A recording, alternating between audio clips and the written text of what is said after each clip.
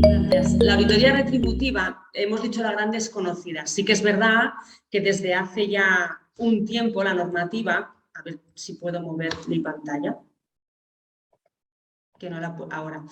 Sí que es verdad que la normativa desde hace un tiempo quizás no nos ha dejado tiempo a recapacitar y a quizás hacer la introspección de qué es registro retributivo y de qué es auditoría retributiva, que son dos temas relacionados pero también diferentes. Yo quería hacer mención primero a esta diferencia, porque es algo que me he encontrado muchas veces. El registro retributivo es algo, y que nos debe quedar muy claro, que todas, absolutamente todas las empresas que tienen, aunque sea un solo trabajador en nómina, están obligados a hacer, independientemente del plan de igualdad, ¿vale?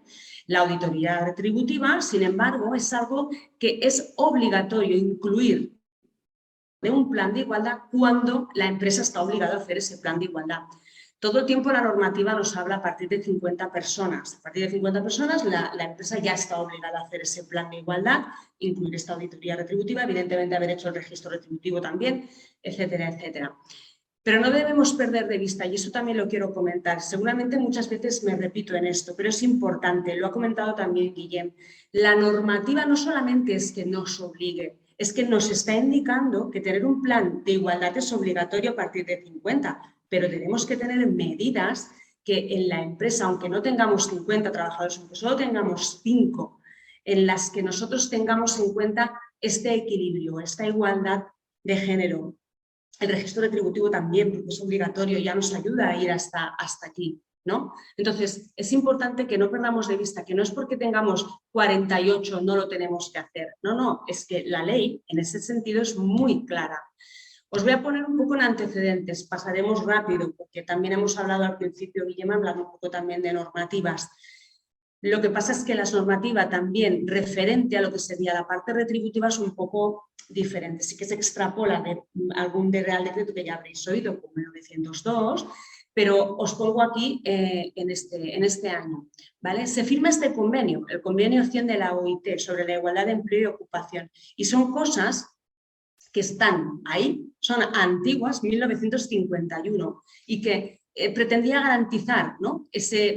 Que tanto mujeres y hombres que trabajen reciben una remuneración igual por un trabajo de igual valor, estableciendo las tasas de remuneración fijas sin discriminación de razón y sexo. Imaginaos, desde el 51 estamos en el 2022 y se han tenido que introducir reales decretos y normativas nuevas para que obliguen a las empresas a que esto se haga real, porque sigue habiendo una gran tasa, una gran brecha de diferencia retributiva entre hombres y mujeres en España, y yo creo que en muchos otros sitios también.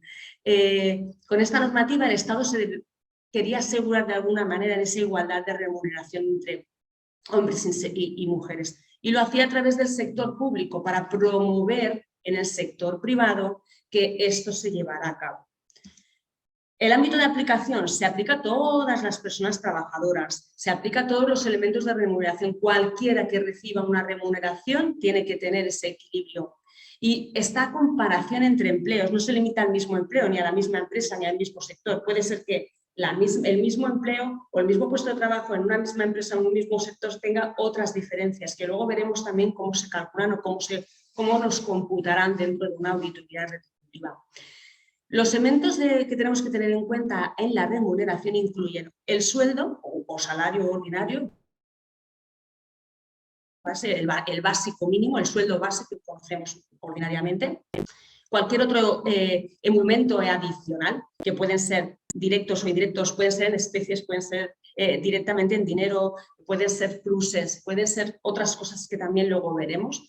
Pueden estar pagados directa o indirectamente por el empleador. Y todo aquello que surja de una relación de trabajo, ¿vale? Todo eso es remuneración. Esta directiva del Parlamento Europeo y del Consejo también nos da un poco también ese principio de igualdad de oportunidades en asuntos de empleo y de ocupación, ¿vale? Incluido el principio de igualdad para puestos, o sea, para un mismo puesto de trabajo o para un trabajo de igual valor. Eso de igual valor y puesto de trabajo también luego veremos la diferencia y veremos en qué consiste. Y para acabar un poco por el paseo legislativo, hablaríamos de esta ley que ya os sonará más, el Real Decreto Ley 6/2019, son las medidas urgentes para garantía de la igualdad de trato y oportunidades entre hombres y mujeres en el empleo y la ocupación. El Estatuto de los Trabajadores, obligando a todas las empresas a realizar un registro retributivo para combatir la brecha salarial, ya ha hecho ese gran paso. Pero todavía, os insisto, hay muchas empresas que no tienen conocimiento, por el motivo que sea, porque el desconocimiento de la norma no te exime de su cumplimiento, que no saben que tienen que hacer un registro retributivo como algo obligatorio. Y este artículo, el artículo 28 de igualdad de remuneración por razón de sexo, nos dice que el empresario está obligado a pagar por la prestación de un trabajo de igual valor la misma retribución. Luego pasan cosas, ¿verdad? Se producen a veces discriminaciones que ni siquiera las propias empresas saben. Por eso hacer un registro retributivo y la posterior auditoría retributiva nos va a poner en unos antecedentes que no conocíamos y que quizás éramos completamente ciegos que estaban ahí esas brechas, y muchas de ellas no van a ser solo brechas con un sentido, digamos, común por sector o por lo que sea, sino brechas de discriminación de género.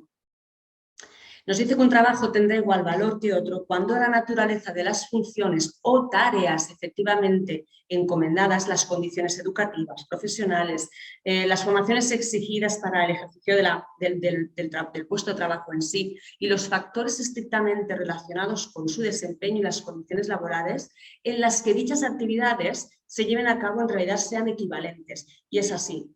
Lo que no lo tenemos muy en cuenta todavía, o no todos, pero es así. El empresario está obligado a llevar un registro con los valores medios de los salarios, de ahí el registro retributivo, con los complementos salariales y las percepciones extrasalariales de su plantilla, desagregados por sexo, por género, hombre, mujer, y distribuidos por grupos profesionales, categorías profesionales, puestos de trabajo iguales o de igual valor. Estos conceptos los vamos a ver un poco mejor luego, pero es importante que los tengamos muy en cuenta y los diferenciemos bien a la hora de hacer lo que serían los puestos, la valoración de puestos de trabajo, que es una herramienta que nos va a dar una visión muy clara de dónde estamos y qué medidas vamos a tener que adoptar para mejorar esa brecha salarial en el caso de que exista, ¿vale?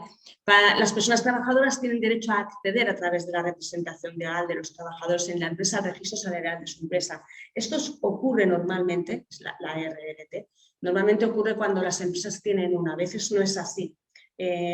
Seguramente ya sabréis muchos de los que estáis aquí que cuando ejecutamos un plan de igualdad y lo vamos a registrar necesitemos que esté conciliado o necesitamos que esté negociado, y para eso necesitamos que la parte que representa o bien la RLT y en su inexistencia un sindicato represente a los trabajadores para defender de alguna manera las medidas que ahí se han tomado. Por eso, en este caso, en el registro salarial, cuando interviene un sindicato, también es, digamos, los trabajadores tienen derecho a verlo de otra manera, pero también. Cuando una empresa con al menos 50 trabajadores, esto lo hemos comentado, el promedio de las retribuciones a los trabajadores de un sexo sea superior a los del otro en un 25% o más, tomando el conjunto de la masa salarial o la media de las percepciones salariales satisfechas, el empresario deberá incluir en el registro salarial una justificación de que dicha diferencia responde a motivos no relacionados con el sexo de las personas trabajadoras. Importante.